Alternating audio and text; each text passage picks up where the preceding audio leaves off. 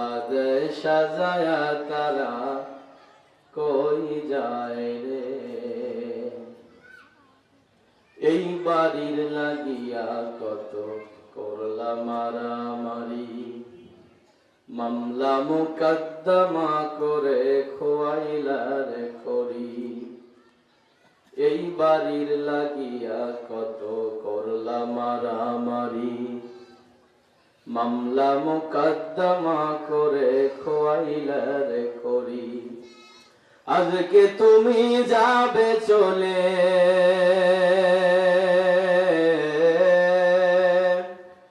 আজকে তুমি যাবে চলে সব কিছু ফেলিয়া, মসজিদের ওই পালকি আইনা দোলা দেয় সাজায়া তারে জনমের লাগিয়া। মানুষ কই যায় রে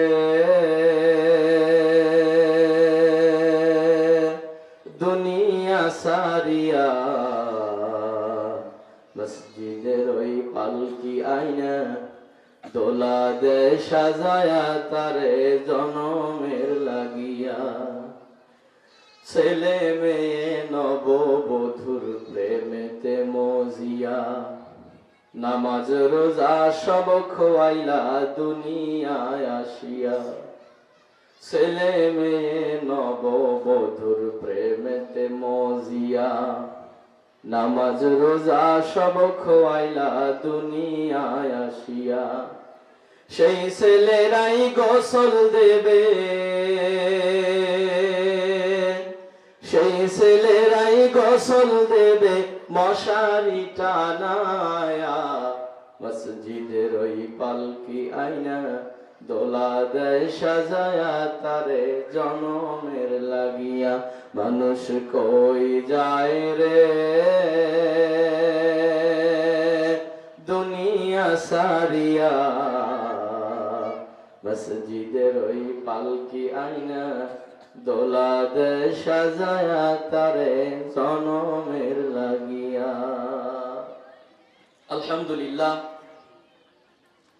খালে আলমপুর সাইতনতলা জামে মসজিদের উন্নতি কল্পে আয়োজিত আজকের এই বিরাট ইসলামী দোয়া ও ওয়াজ মাহফিলের সম্মানিত সভাপতি সাহেব, প্রধান অতিথি, বিশেষ অতিথিবৃন্দ, আমার সামনে বসা মুরব্বিয়ানে আইজম, সমবয়সী যুবক বন্ধুরা, চেনহের কচিকাচারা, সকলের প্রতি আন্তরিক ধন্যবাদ এবং অভিনন্দন জ্ঞাপন করে সর্বপ্রথম আমরা সেই মহান রব্বুল ইজ্জাত আল জালালের দরবারে শুকরিয়া আদায় করছি, যে রব্বুল আলামিন আমাদেরকে দয়া করে, মায়া করে, মহব্বত করে, ভালোবেসে আজকের এই ওয়াজ মাহফিলে বসার মতো সুযোগ দান করলেন। আমরা দিল থেকে পড়ছি আলহামদুলিল্লাহ। দরুদ আর সালাম বর্ষিত হোক বিশ্ব মানবতার মুক্তির দিশারি, আধুনিক সমাজের রূপকার, গীতিকার, দো জাহানের ব্যারিস্টার, সৈয়দুল মুরসালিন, খাতামুন নবিয়্যিন জনাবে মুহাম্মদুর রাসূলুল্লাহ সাল্লাল্লাহু আলাইহি ওয়াসাল্লাম। মাগফিরাত কামনা করছি তাদের জন্য যারা দ্বীন ইসলামকে জমিনের বুকে প্রতিষ্ঠিত করতে গিয়ে তাদের বুকের তাজা রক্তখানিকে ঢেলে দিয়েছে। বিশেষ করে মা মাটি প্রাণেও যারা জীবন দিয়েছে, আল্লাহ পাক তাদের সকলকে শাহাদাতের উচ্চ মর্তবা দান করুক। সকলে পড়ি আল্লাহুম্মা আমিন। সর্বোপরি আপনারা সকলে কেমন আছেন? আলহামদুলিল্লাহ, আল্লাহ আমাকেও ভালো রেখেছে, শুকরিয়া। আজকে আমি আপনাদের সামনে মহাগ্রন্থ আল কোরআনুল কারীমের একেবারে পরিচিত একটা সূরা তেলাওয়াত করেছি। আল্লাহ পাক যদি তৌফিক দান করেন, সংক্ষিপ্ত সময়ে এই সূরা থেকে কিছু কথা বলবো, সেই তৌফিক যেন আমার মহান মালিক আমাকে দান করেন। সকলেই পড়েন আল্লাহুম্মা আমিন। সেই সাথে আমি অনুরোধ করব যারা এদিক সেদিক ঘোরাফেরা করছেন, যেহেতু আমাদের হাতে সময় কম, 3:45, 4:45 আযান, নাকি 4:45 আযান, 5টার যে জামাত, সময় হাতে একেবারেই অল্প। আমরা অল্প সময়ের ভিতরে তথ্য নির্ভর কিছু কথা শোনার চেষ্টা করব। যারা এখনো এদিক সেদিক ঘোরাফেরা করছি, অতি সত্বর মাহফিলে এসে বসে যাই। আজকে আমার তেলাওয়াতকৃত সূরাটার নাম হলো সূরা লাহাব। কি নাম বললাম? সবাই বলেন সূরা লাহাব এটা হলো মহাগ্রন্থ আল কোরআনুল কারীমের 111 নম্বর সূরা। কোরআনে সূরা আছে কতগুলো? 114টা। এর ভিতরে সূরা লাহাব হলো 111 নম্বর সূরা। এই সূরাটাতে 5টা আয়াত আছে, একটা রুকু আছে। সূরাটা হলো মাক্কি সূরা। আমার কথা বুঝতে কি সমস্যা হচ্ছে আপনাদের? তাহলে একটু জবাব দিবেন। এবার আমরা শুনবো শানে নুজুল, কেন সূরাটা নাজিল হয়েছিল। আল্লাহর নবীর কাছে প্রথম 2 বছর নাজিল হলো বিভিন্ন সূরার অল্প কিছু আয়াতে কারিমা। রাসূল সাল্লাল্লাহু আলাইহি ওয়াসাল্লাম এগুলো গোপনে গোপনে মানুষের দ্বারে দ্বারে পৌঁছে দিচ্ছে, দাওয়াতি কাজ করতেছে কিন্তু গোপনে গোপনে। এক পর্যায়ে আল্লাহ রাব্বুল আলামিন ডাক দিয়ে বললেন, হে রাসূল বাল্লিগ, আপনি পৌঁছে দেন মা যা উনজিলা, নাজিল করা হয়েছে ইলাইকা, আপনার প্রতি, মির রাব্বিক, আপনার প্রতিপালকের পক্ষ থেকে, এটা আপনি পৌঁছে দেন। রাসূল সাল্লাল্লাহু আলাইহি ওয়াসাল্লাম এটা মানুষের দ্বারে পৌঁছে দেয়া শুরু করলো। তবে এটা আর গোপনে নয়, দাওয়াত দিচ্ছে এবার প্রকাশ্যে। সুবহানাল্লাহ।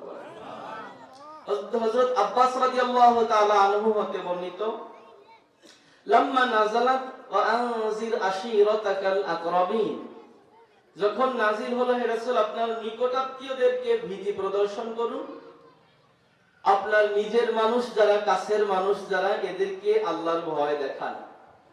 সাইদান নবী সাল্লাল্লাহু আলাইহি ওয়াসাল্লাম ইলা সাফা, রাসূল সাল্লাল্লাহু আলাইহি ওয়াসাল্লাম সাফা পাহাড়ের চূড়ায় গেলেন, অনাদা, এবং তিনি ডাকতে লাগলেন বিভিন্ন গোত্রের নাম ধরে, বিভিন্ন, আমাদের এদিকে আমাদের সিরাজগঞ্জের ভাষায় বলে সমাজ অথবা গোষ্ঠী, গোষ্ঠীর নাম ধরে, সমাজের নাম ধরে ধরে ডাকতেছে। ইয়া বানি কুরাইশ, যখন গোষ্ঠীর নাম ধরে, সমাজের নাম ধরে ধরে ডাকে, মানুষরা দৌড়ে এসে সমবেত হয়ে গেল পাহাড়ের পাদদেশে।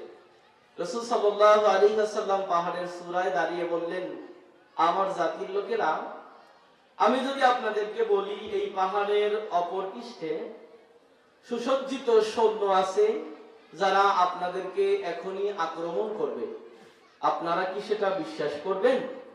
সকলেই এক বাক্যে বলল, হ্যাঁ অবশ্যই বিশ্বাস করব। রাসূল সাল্লাল্লাহু আলাইহি ওয়াসাল্লাম বললেন, কেন বিশ্বাস করবেন? তারা জবাব দিল, 40 বছর পর্যন্ত একটা মিথ্যা কথা বলেন নাই যিনি, আজকে আবার মিথ্যা কেমনে বলবেন তিনি? সুবহানাল্লাহ। আজকে হয়ে গেল। আল্লাহর হাবিব বললেন, আমার জাতির লোকেরা, আমি আপনাদেরকে এই দুনিয়ার শত্রুর ভয় দেখাচ্ছি না, আমি আপনাদেরকে ভয় দেখাচ্ছি কিয়ামতের ময়দানে, আমি আপনাদেরকে ভয় দেখাচ্ছি পরকাল জীবনে।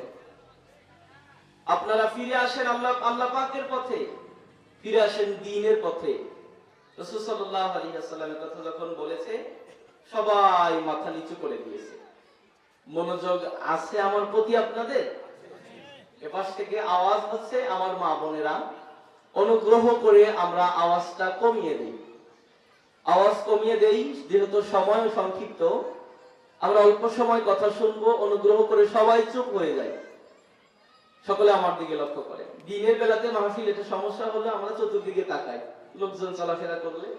সকলে আমার দিকে লক্ষ্য করেন। কোরআনের কথা তো যেন কোনো কথা মিস ইনফরমেশন বের হয়ে না যায়। রাসূল সাল্লাল্লাহু আলাইহি ওয়াসাল্লাম ডেকে বললেন, আমি আপনাদেরকে দুনিয়ার শত্রুর ভয় দেখাচ্ছি না, আমি আপনাদেরকে ভয় দেখাচ্ছি কিয়ামতের ময়দানের, যেই জীবনের শুরু আছে শেষ নাই। আমার বন্ধুরা, আল্লাহর হাবিব এই কথা বললেন যখন সবাই মাথা নিচু করে দিয়েছে, তখন মাথা উঁচু করেছে সে পৃথিবীর 1 নম্বর বেয়াদব, যে নাম তার আবু লাহাব। ফাকালা আবু লাহাব তাব্বাল্লাকা ইয়া মুহাম্মদ, আবু লাহাব মাথা উঠিয়ে বলে, মুহাম্মদ তুই ধ্বংস হয়ে যা, তুই কে কথা বলার জন্য আমাদেরকে এখানে ডেকেছিস? ধ্বংস হোক তোর জীবনের প্রতিটি কর্মকাণ্ড, তুই ধ্বংস হয়ে যা। এই কথা বলে আবু লাহাব আল্লাহর হাবিবকে গালিগালাজ করতে করতে ওখান থেকে চলে যাচ্ছে। তার মানে এই পৃথিবীতে ইসলামের কথা মানুষ বলেছে যখন, অত্যাচার, নির্যাতন, নিপীড়নের স্কিম রোলার তাদের উপর চালানো হয়েছে, তখন তবে ইসলামের প্রাথমিক পর্যায়ে অতীত ইতিহাস খুলে আমরা দেখি প্রাথমিক পর্যায়ে যখন বাধা দান করে, এরা মুখে বাধা দান করে এবং বিশ্রী ভাষায় গালিগালাজ করে। আজও আপনি যদি সত্যের পথে থাকতে চান, একদল মানুষ আপনাকে গালিগালাজ করবে, এটা নতুন রোগ নয়, এটা পুরাতন রোগ। কথা বলে। অতীত ইতিহাসের দিকে আমরা তাকাই। এই পৃথিবীতে একজন নবী এসেছিলেন, হযরতে মূসা আলাইহিস সালাতু ওয়াস সালাম। তার সময়ের একজন শক্তিশালী বাদশা ছিল, নাম ছিল তার ফেরাউন। মূসা নবী যখন ফেরাউনকে দ্বীনের দাওয়াত দেয়, ফেরাউনের ওই জামানায়, ফেরাউনের ওই সময় বালাম বিন বাওর নামে একটা লোক ছিল। আল্লাহ পাক বলেন যাকে আতাইনাহু ইলমা, আল্লাহর ইলম দেওয়া হয়েছিল, কোরআনের জ্ঞান দেওয়া হয়েছিল, ওহীর জ্ঞান দেওয়া হয়েছিল। এই বালাম বিন বাওর একটা হুজুর প্রকৃতির মানুষ ছিল। বালাম বিন বাওরের দোয়ার মধ্যে এত বরকত ছিল, বালাম বিন বাওর যেই দোয়াই করত আল্লাহ ওই দোয়াই কবুল করে নিত। ফেরাউন ভাড়া করে নিয়ে আসলো বালাম বিন বাওরকে, ডেকে বললেন শোনো, আমার বিরোধিতা শুরু করেছে মূসা, মূসার বিরুদ্ধে তোমার বদদোয়া করা লাগবে।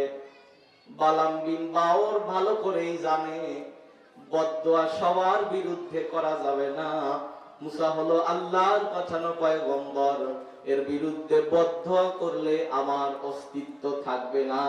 কিন্তু ফেরাউন তাকে চেপে ধরে বলল বেটা বদদোয়া করতে হবে। বালাম বিন বাওর বলে না, আমি বদদোয়া করতে পারবো না। ফেরাউন ডেকে বলল বেটা তোর নিকটাত্মীয়দের চাকরি দিয়েছি আমি, আর তুই আমার কথা শুনবি না, আমার কথা শুনতে হলে তোকে অবশ্যই বদদোয়া করা লাগবে।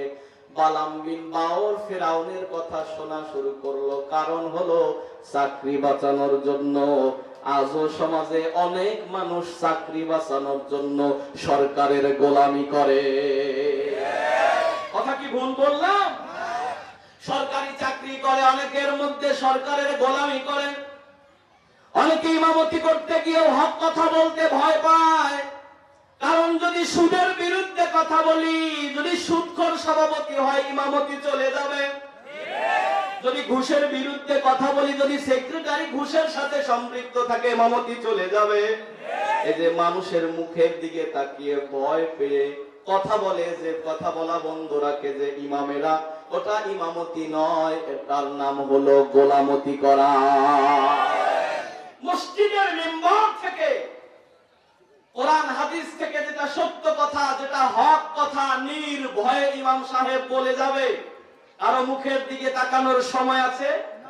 কে মুখ কালা করলো, কে মুখ ফর্সা করলো, কে বাহবা দিল, আর কে ইমামতি ছেড়ে দেওয়ার, সারিয়ে দেওয়ার ভয় দেখালো, এই ভয় খাওয়ার সময় কি আর আছে? ইমাম সাহেবেরা যদি ঐক্যবদ্ধ হয়, যে যেই সমাজে, যেই পরিবারে, যেই বাড়িতে বিবাহের অনুষ্ঠানে বক্স বাজবে, ওই বাড়িতে আমি বিবাহ পড়াতে যাব না, 10টা ইমাম ঠিক হয়ে গেলে সমাজ বদলে যাবে। ইমাম সাহেবেরা যদি ঐক্যবদ্ধ হয়, যেই বাড়িতে খাতনা সুন্নতে খাতনার অনুষ্ঠানে বক্স বাজানো হয়, ওই বাড়ির সুন্নতে খাতনার দাওয়াতে আমি যাব না, 10টা ইমাম এক হয়ে গেলে সমাজ পরিবর্তন হয়ে যাবে। কিন্তু আমরা তো নিজেরাই ঠিক হতে পারিনি। আমি না হয় বিবাহ, আপনি না হয় বিবাহ না পড়ালেন, ওনাদের ভয় নাই তো। কারণ পার্শ্ববর্তী এমন ইমামও আছে 500 টাকা দিলে আপনি বক্স কেন ওখানে নাচতেছেন, উনি মাঝখান দিয়ে ফাড়ি দিয়ে গিয়ে বিবাহ পড়ায় আসবে। কথা কি ভুল বললাম? আমার বন্ধুরা বালাম বিন বাওর চাকরি বাঁচানোর জন্য বলল ঠিক আছে বদদোয়া করব, তবে আগামী শনিবারের দিন 1000 মানুষের সমায়েত হয়ে গেল, গণসমায়েত হয়ে গেল, গণজমায়েত হয়ে গেল। বালাম বিন বাওর বদদোয়া করবে, মাঠের মধ্যে 1000 মানুষ জমা হয়েছে। বালাম বিন বাওর হাত তুলে বদদোয়া করতেছে, আল্লাহুম্মা হাল্লিক মূসা, আল্লাহ তুমি মূসাকে ধ্বংস করে দাও। তাকান আমার মুখের দিকে, হাল্লিক শব্দটা বলতে গেলে জিহবা উল্টে যায়, হাল্লিক জিহবা উল্টে যায়। যখন হাল্লিক বলেছে, আল্লাহ পাক বালাম বিন বাওরের জিহ্বাটা টান দিয়ে এনে বুকের সাথে লেটে দিয়েছে। জিহ্বা বের হয়ে গেছে, কথা বলতে পারতেছে না, মুখ দিয়ে অধর দ্বারায় রক্ত পড়তেছে। বালাম বিন বাওর দুনিয়া থেকে বিদায় নিয়ে চলে গেল। আল্লাহ পাক শিক্ষা দিতেছে, পৃথিবীতে বালাম বিন বাওরের মতো চাকরি বাঁচানোর জন্য গোলামতি করবে যারা, বালাম বিন বাওরের মতো এরকম শাস্তি পাবে তারা। কথা কি ভুল বললাম? চলেন তাহলে সামনের দিকে যাই। অফি রিওয়ায়াতিল উখরা, অপর বর্ণনাতে এসেছে, আখাযা বিয়াদিহি হাজারা, আবুল আহাব হাতের মধ্যে পাথর নিল, আল্লাহর হাবিবের দিকে ঢিল নিক্ষেপ করে গালিগালাজ করতে করতে চলে গেল। আবুল আহাব যে পাথরটা মেরেছিল, এই পাথরটা আল্লাহর হাবিবের সামনে আঘাত সামনে পড়েছিল, গায়ে লাগে নাই। নবী আমার হতভম্ব হয়ে গেলেন, কারণ আজকে প্রথম বিরোধিতা করতেছে যে আপন চাচা সে। আল্লাহর হাবিব মনটা খারাপ করে দিয়েছে, কারণ আবুল আহাব বলেছে মুহাম্মদ তুই ধ্বংস হয়ে যা। নবী আমার মনটা যখন খারাপ করে দিয়েছে, আবুল আহাব যখন গালিগালাজ করতে করতে চলে যায়, তার সগোত্রীয় লোকজন যারা ছিল তারা বলল, দেখো ওর আপন মানুষই ওকে মানে না, এখানে আমাদের মানার প্রশ্নই ওঠে না। সবাই যখন মুখ ফিরিয়ে নিয়ে চলে যাচ্ছে, আল্লাহ রাব্বুল আলামিন জিবরাইলকে পাঠিয়ে দিল, জিবরাইল যাও, আর করো না দেরি, যাও তাড়াতাড়ি আমার বন্ধুকে গিয়ে জানিয়ে দাও আমার বন্ধু মন খারাপ করছে। কেন? আমার বন্ধুর মন খারাপ করার সময় নাই, বরং আমি আল্লাহ তাকে জানিয়ে দিলাম।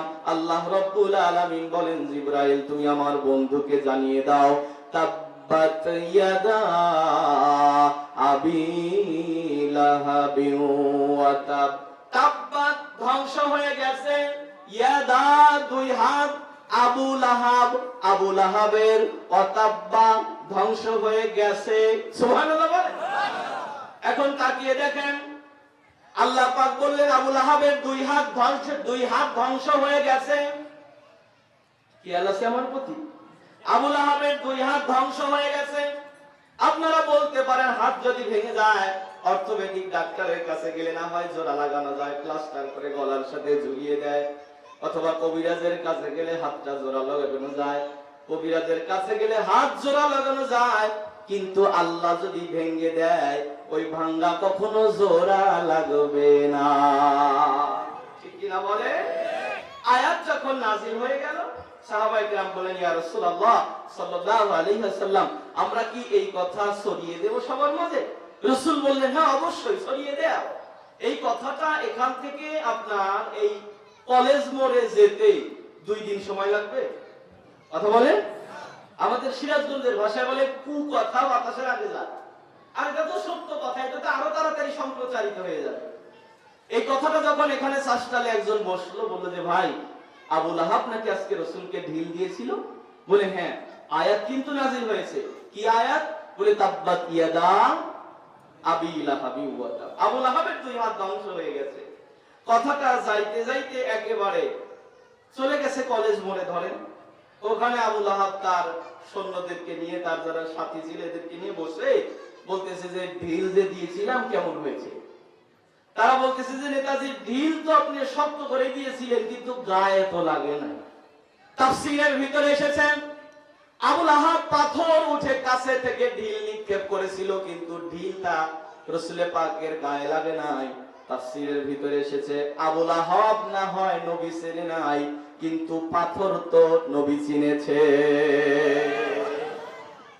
লোকজন বলতেছে, যারা সাথী ছিল তারা বলল যে নেতা আপনি তো সাহস ভালো, আপনি এই ঢিল কাজে দেন, আপনি একটা কাজ করেন, ওই কিছু খাওয়া দাওয়া ভালো খাবার খায়েন, শক্তি যেন একটু বেশি হয়, জোরে মারবেন কাছ থেকে। এমন সময় নতুন একজন আগন্তুক ব্যক্তি সেখানে হাজির হয়ে বলল, ভাইজান, আবু লাহাব ভাইজান, আপনি কি মুহাম্মদকে ঢিল দিয়েছিলেন? বলল যে হ্যাঁ। বলে আয়াত কিন্তু নাজিল হয়ে গেছে। কি আয়াত? বলে তাব্বাত ইয়াদা আবি লাহাব ওয়া তাব। শোনার সাথে সাথে আবু লাহাব মজলিস থেকে উঠে দিয়েছে দৌড়। ওনার সাথী যারা ছিল দৌড়া আনজায়া ধরেছে, নেতা আপনি দৌড়ান কেন? বলে আয়াত নাজিল হয়েছে, আমার বিরুদ্ধে আমি দৌড়াবো নাকি তোরা দৌড়াবি? তারা ডেকে বলল, নেতাজি আপনি কি মুহাম্মদকে নবী মানেন? বলে না। মুহাম্মদের আল্লাহকে কি আল্লাহ মানেন? বলে না, তাও মানি না। তারা ডেকে বলল, নেতা তাহলে মোহাম্মদ যা খুশি তাই বলুক, মোহাম্মদের আল্লাহ যা খুশি তাই বলুক, এতে ভয় পাবার কি আছে? আবুল আহাব চিৎকার দিয়ে বলে, শোনো, আমি মোহাম্মদকে নবী মানি না, মোহাম্মদের খোদাকেও খোদা মানি না, কিন্তু আমি লক্ষ্য করে দেখেছি রে, মোহাম্মদের খোদায় যা কয় তা হয়। মনে বাবলা গাছের কষ লেগেছে, উঠবে কি আর সাবানে, মনের ময়লা যাবে কেমনে ও গুরু, মনের ময়লা যাবে কেমনে, খাইজলত যায় না রে ধুইলে, স্বভাব যায় না রে মরলে, সিগার গায়ের গন্ধ যায় কি গোলাপ জল দিলে, যায় কি? আবুল আহাবের ভিতর নষ্ট। বললে আমি লক্ষ্য করে দেখেছি মোহাম্মদের খোদায় যা কয় তা হয়। আবুল আহাব কি আরবি বোঝে না? কথা বলে, বোঝে কি? আমার আপনার থেকে তো ভালো বোঝে, আমরা না হয় তাফসীর করতেছি, সে তো আয়াত শোনার সাথে সাথে বুঝে ফেলেছে, এই জন্যই তো উঠ দিয়েছে।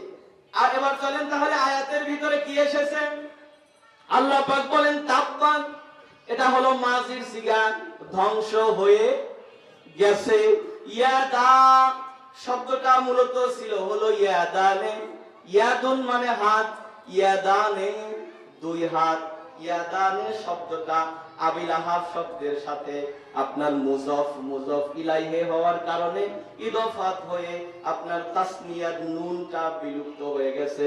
ইয়াদা একালিফ টান আছে, এখানে আলেম ওলামারা আছে, অনেক মসজিদের ইমাম সাহেবেরা এসেছে, এবার আমার কথা ভালো বুঝতে পারবে। আল্লাহ পাক ডেকে বলে আবুল আহাবের দুই হাত ধ্বংস হয়ে গেছে। এবার প্রশ্ন আপনাদের কাছে, তার মানে আবুল আহাবের দুইটা হাত ধ্বংস হয়ে গেল, আর আবুল আহাব লোকটা বেঁচে রইবে, এরকম কি? কথা বলে। আল্লাহ পাক বলেছেন আবুল আহাবের দুই হাত ধ্বংস হয়ে গেছে, তার মানে হাত দুইটা ভেঙে যাবে আর আবুল আহাব বেঁচে থাকবে, কথাটা কিন্তু এরকম না। আরবিতে এটাকে বলা হয় মাজাজ মুরসাল। আল্লাহ পাক শব্দ ব্যবহার করে অল্প কিন্তু অর্থ দেয় অধিক। যেরকম আল্লাহর হাবিব বলেছেন, যেই চোখ জাহান্নামের ভয়ে কাঁদে ওই চোখ কখনো জাহান্নামে যাবে না, আল্লাহ ওই চোখকে জান্নাতে দিবে। তার মানে আল্লাহ কি চোখ তুলে জান্নাতে দিবে না পুরো মানুষটাকেই জান্নাতে দিবে? কথা বোঝা যায়? রাসূল বলেছেন যেই চোখ জাহান্নামের ভয়ে কাঁদে ওই চোখ জান্নাতে যাবে, তার মানে আল্লাহ চোখ উঠায় জান্নাতে দিবে না, পুরো মানুষটাই জান্নাতে যাবে। আল্লাহ পাক বলেছেন আবুল আহাবের দুই হাত ধ্বংস হয়ে গেছে, তার মানে হাত দুইটা ধ্বংস হোক আর আবুল আহাব বেঁচে থাক, বিষয়টা কিন্তু এরকম না। আল্লাহ পাক বলেন আবুল আহাব ধ্বংস হয়ে গেছে। এবার লক্ষ্য করেন আবুল আহাব ঢিল দিয়েছিল কয় হাত দিয়ে? আরো জোরে বলেন। আল্লাহ পাক বলেন আবুল আহাবের ইয়াদা দুই হাত ধ্বংস হয়ে যাক, ঢিল দিল এক হাত দিয়ে, অথচ আল্লাহ বলেছে দুই হাত ধ্বংস হয়ে গেল। তার মানে আল্লাহ কি জুলুম করেছে? কথা বলে। আমার কথা বুঝতে কি সমস্যা হচ্ছে আপনাদের? ঢিল দিয়েছে কয় হাত দিয়ে, আল্লাহ ধ্বংস করেছে কয় হাত? ঢিল দিল এক হাত দিয়ে, আল্লাহ দুই হাতের কথা কেন বললো? ডান হাত কিছুই পারে না বাম হাতের সহযোগিতা ছাড়া। দেখবেন তীর মারতে গেলে দুই হাত লাগে, বলার বল করে যখন ডান হাত দিয়ে বল করলে বাম হাত নাড়াচাড়া দিয়ে সহযোগিতা করে তখন। কথা বলেন না কেন? যখন ডান হাত কোনো কিছুই পারে না বাম হাতের সহযোগিতা ছাড়া। আজকেও বাংলাদেশের মুসলমানদের দেশে কোরআনের মজলিস বন্ধ করে যারা, এরা হলো আবুল আহাবের ডান হাত, আর তলে তলে মোবাইল ফোন করে খবর দেয় যারা, এরা হলো আবুল আহাবের বাম হাত। আল্লাহ পাক বলেছে ডান হাতও শেষ বাম হাতও শেষ। আপনি মনে করলেন আমি প্রকাশ্যে আসলাম না, কিন্তু গোপনে বিরোধিতা করতেছি। ওই আসতেছেন আপনি, উনি রাস্তার ধারে দাঁড়ায় বললো কোথায় যাও, বলে আলোচনা শুরু, আর মৌলানা আলী আনসারী, আর ওই লোকটা বললো যাও, ওর আওয়াজ আমার কাছে ভালো লাগে না। অথবা আপনাকে যে কোনো ভাবে বাধা দেওয়ার চেষ্টা করলো, কথার দ্বারা কাজের দ্বারা, এটা আল্লাহ কি দেখে নাই? আল্লাহ পাক বলেছেন যারা ইসলামের বিরোধিতা করে, প্রকাশ্যে যারা করে, এরা হলো আবুল আহাবের ডান হাত, আর গোপনে গোপনে সহযোগিতা যারা করে, এরা হলো আবুল আহাবের বাম হাত। আর আল্লাহ পাক বলেছেন আবুল আহাবের ডান হাতও শেষ বাম হাতও। এবার করেন আমি একটু সামনে যাই। আল্লাহ পাক আবুল আহাব শব্দটা কেন দিলেন? আবুল আহাব শব্দটা হলো আবুল আহাবের উপাধি নাম। তার নাম ছিল আব্দুল উজ্জা। আল্লাহ পাক আবি লাহাব বললেন হলো আবু লাহাব, তার এই নামে বেশি পরিচিত ছিল। এবার আল্লাহ পাক বলেন আবি লাহাবের কয় হাত ধ্বংস হয়েছে? আরো জোরে বলেন। মুফাসসিরগণ লেখেন এখানে আবু লাহাবের আল্লাহ পাক বলেছেন 2 হাত ধ্বংস হয়েছে। আল্লাহ বলেছে 2 হাত, কিন্তু ভিতরে আছে 6 হাত। কয় হাত? একটা হলো ডান হাত, বলেন আপনারা, আর একটা হলো বাম হাত, একটা হলো দুনিয়া, আর একটা হলো আখিরাত, আর একটা হলো ছেলে মেয়ে বউ, আর একটা হলো সম্পদ। আবু লাহাবের ডান হাতও নাই, বাম হাতও নাই, দুনিয়াও নাই, আখিরাতও নাই, ছেলে মেয়ে বউ নাই, সম্পদও নাই। তাহলে আছে কি? আমি একটা জ্যান্ত লাশ, ঠিক না? জ্যান্ত লাশ হয়েছে না? ও তো পুরো বুঝে গেছে, এজন্য দৌড় দিয়েছে। আল্লাহ পাক বলেছেন আবু লাহাবের জীবনের 6টা জিনিস ধ্বংস হয়ে গেছে। বলেন সুবহান। আল্লাহ পাক প্রথম দিয়েছে খবর, এরপর আবার ফলাফল নিজেই দিয়েছে। আবু লাহাব দৌড় দিয়েছে, মনে আছে? আবু লাহাব দৌড়া বাড়ি চলে গেল, সন্তানদেরকে ডেকে বলতেছে, ছেলেরা তোদের সাথে আমার সম্পর্ক নাই। ছেলেরা বলল, আব্বা জান কেন, কি হয়েছে? বলে মুহাম্মদ আমার বিরুদ্ধে কবিতা বানাইছে। আবু লাহাবের মেজো ছেলে আর বড় ছেলে যে ছিল, মেজো আর বড়গুলো সাধারণ একটু ভারক্ত মেজাজের হয়। এরা ভালো করেই জানে আব্বা মানুষটা ভালো না, কিন্তু ছোট যেগুলো এগুলো সাধারণত পাতলা হয়, তবে সবগুলো কিন্তু না। দেখবেন যে চাচা আর বাপে ঝগড়া লেগেছে, বড়টা আর মেজোটা একটু নীরব থাকলেও ছোটটা কাঁচা দিয়ে সাপল খোঁজে মারামারির জন্য। সব কিন্তু না। আবার আবু লাহাবের 3 ছেলে, 2 ছেলে চুপ রইল। ছোট ছেলে যেটা ও তাইবা, ও দৌড়ে বলতেছে, আব্বা জান দাঁড়ান, আমি আসতেছি। রাসূল আমার নবুয়ত পাওয়ার আগে আবু লাহাবের 3টা সন্তানের সাথে 2টা সন্তানের সাথে রাসূল পাকের 2টা মেয়ের বিবাহ দিয়েছিল। উতাইবার সাথে দিয়েছিল রুকাইয়াকে, আর উতবার সাথে দিয়েছিল রুকাইয়াকে, উতাইবার সাথে দিয়েছিল উম্মে কুলসুমকে। ছোট্ট ছেলে উতাইবা দৌড়া চলে গেল নবী পাকের বাড়িতে, গিয়ে বলে, মুহাম্মদ বের হ। নবী আমার যখন বের হয়েছে দেখে বলে, তুই আমার আব্বার বিরুদ্ধে কবিতা বানাইছিস, এই কারণে আজকে তোর 2টা মেয়েকে আমি এই মুহূর্তে তালাক দিয়ে গেলাম। শুধু তালাক দেয় নাই, রাসূল পাকের চেহারার উপরে থুতু নিক্ষেপ করে বাড়িতে চলে এসেছে। যখন নবী পাকের চেহারার উপরে থুতু দিয়ে বাড়ির দিকে আসে, আল্লাহর হাবিব উপরের দিকে হাতটা উঠায় বলে, আল্লাহ আল্লাহ, তুমি তোমার এক কুত্তা দিয়া এই কুত্তাকে সাইজ করে দিও। আল্লাহ একটা কুকুর দিয়ে এই কুকুরের উপর তুমি বিজয় দান করে দিও। সুবহানাল্লাহ বলে। উতাইবা দৌড়া বাড়ি চলে আসলো, আব্বাকে ডেকে বলে, আব্বা জান আপনি শান্ত হন, কাজ একটা করেছি। কি কাজ? বলে, মুহাম্মদকে আমি থুতু নিক্ষেপ করেছি, গালিগালাজ করে চলে এসেছি। তার মা ডাক দিয়ে বলে, উম্মে জামিলা ডাক দিয়ে বলে, বেটা মুহাম্মদকে যে গালিগালাজ করেছো, মুহাম্মদ কি কিছু বলেছে? বলে, হ্যাঁ মা বলেছে। কি বলেছে? বলে, মুহাম্মদকে যতক্ষণ গালিগালাজ করলাম চুপ রইল, যখন তার মুখের উপরে থুতু নিক্ষেপ করেছি, মুহাম্মদ তখন বলে, আল্লাহ তোমার একটা কুকুর দ্বারা এই কুকুরের উপর বিজয় দান করে দিও, একটা কুত্তা দিয়ে এই কুত্তাকে সাইজ করে দিও।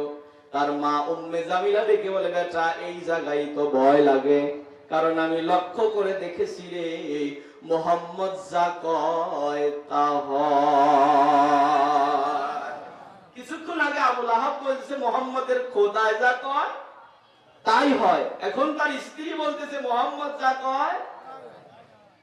আমার বন্ধুরা কিভাবে ধ্বংস হলো দেখেন। আল্লাহ পাক বলেন, সায়াসলা নারা যাতা লাহাবি ওয়া মুরাআতু হাম্মালাতাল হাতাব। খেয়াল আছে আপনাদের? আবু লাহাবের যেই সন্তান বউ ছেড়ে দিল, পরের দিন আবু লাহাব যাবে সিরিয়ায় ব্যবসা করার জন্য। স্ত্রী বলল, কাজ একটা করো, ছেলেকে সাথে করে নিয়ে চলো যাই, কারণ ওর উপরে মুহাম্মদের